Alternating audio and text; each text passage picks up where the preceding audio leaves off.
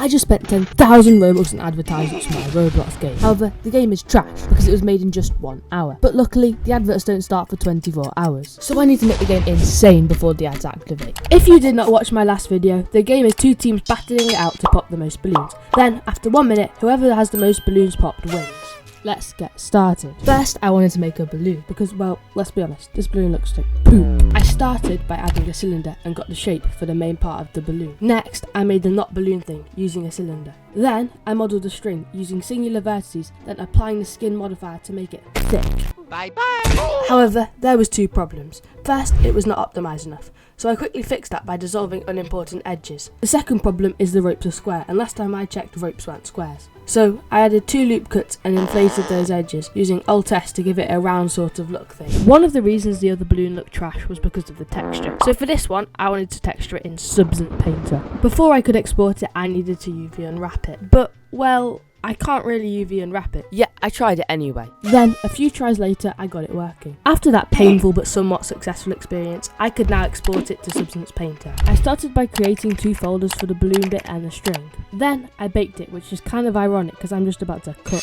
Next, I drew lots of layers of red and got this. For the string, I kind of just added a gradient and a string grunge. I exported that to Roblox and named it Red Balloon. Then, I changed all the shades of red to different shades of blue and exported that to Roblox and named it Blue Balloon. Now I had to implement the balloon. I started by getting the hitbox from the old balloon and using that for the new balloon. Then I grouped them together and renamed them Red Balloon or Blue Balloon. Finally, I just had to change 1 variable in the script and now it was working. However, there was a problem. The game felt kind of bland, because I mean, it was. You're literally just playing on a green base plate. So I decided I should make a map. But then it hit me. Instead of making a map, I could just spend 2 hours scripting pointless features because that sounds fun. So I did just that. First, I made a tween when you pop the balloon to make it more satisfying. No, the other way. Then I made a balloon pop sound effect thing, because before when you popped the balloon, there was just silence.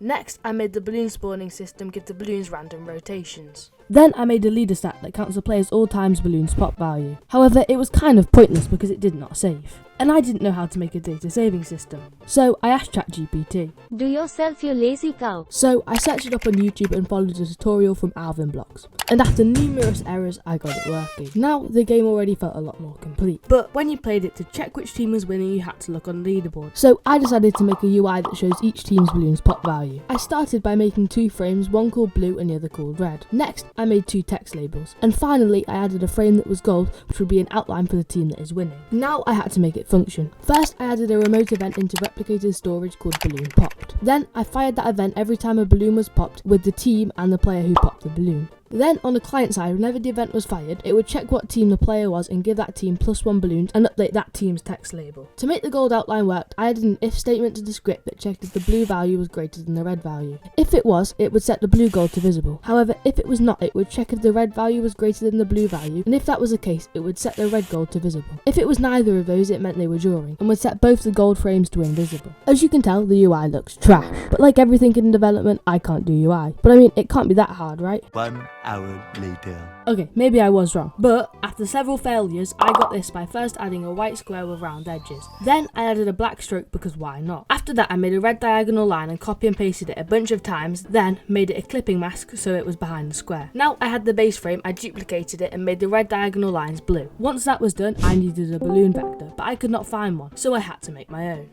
Here it is. Now it is complete and ready to be exported. Once I had imported it to Roblox, I quickly implemented it and then boom, it was complete and working. However, the game still felt a bit repetitive.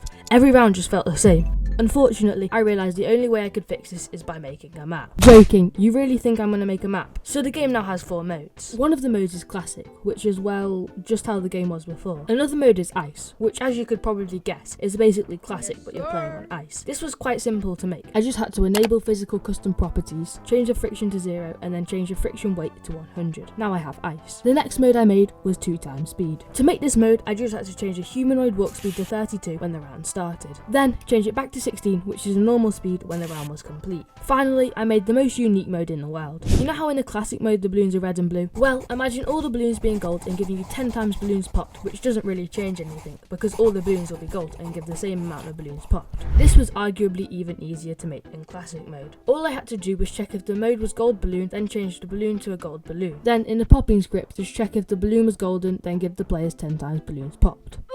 Oh wait, yeah, that's right, I need to make a gold balloon. So I launched up Substance Painter and loaded the balloon file. Then changed all the shades of red to different shades of gold. And bam, an awesome looking gold balloon. Next, I had to implement it by giving it a hitbox. Finally, it was working. Now the game had modes, it was cool, but it still felt like something was missing. However, I had been up for a lot of hours working on this game, so I decided to get some sleep. I woke up with just over 5 hours left until the adverts began. Before I finally make some maps, I need to fix the lobby, because it's just a grey part. I just did not know where to start, so I tried to find some references, but I found nothing. So I thought, what is better than a grey part? Then I came up with a genius idea, a grey box. Due to its extreme simplicity, not because it's easy. I quickly made it, however it looked really flat. So I thought it would be a cool idea to give it a cylinder thing, because cylinders are the best shape. Now the lobby was done, it was finally time to make the maps. I had ran out of excuses. To start with, I wanted to make a base plate, because otherwise the maps would just be floating. So I went into Blender and added a cube. Then I flattened the cube, inserted it in, extruded it, and scaled the top face in. Luckily, thanks to its simplicity, it was easy to unwrap.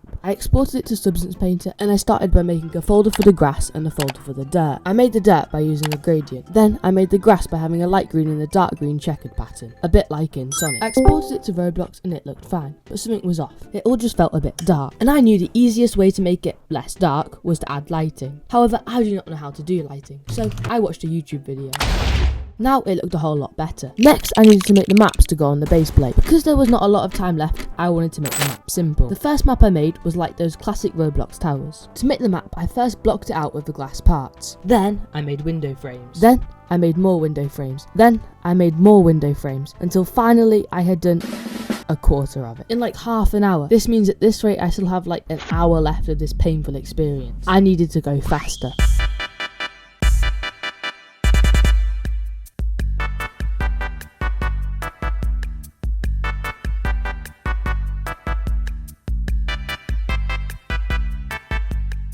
Now, all I had to do was duplicate the tower, move it and rotate it. Here's how it looked.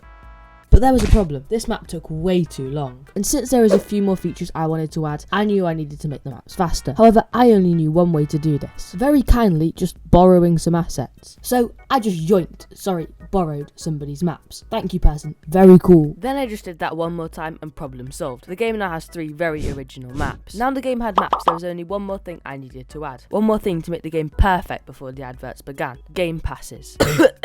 Game passes. Now, after a bit of scripting, for just 79 Robux, every balloon you pop can count as 2 for your team, completely ruining the competition, but who cares, because money. Also, for 249 Robux, for every win you get, you can now get 2 wins. But what would make this even more OP? Leaderboards. I would say I quickly scripted 2 leaderboards, but that would be a lie. It took a bit longer than I expected, but that's alright, because money. I now needed to add a way for people to buy the game passes. So, in the lobby, there will be 2 huge, unavoidable buttons with huge game pass icons that take up your whole screen unless you buy it, because money. Once I'd scripted those buttons, I needed to make the game pass icons, which is okay because I'm insane at Photoshop. What does this button do? That was easy. Then I just uploaded the icon to the game passes and added them to the button's surface GUI. Now I've added game passes, I could just sit back and relax for the rest of the challenge.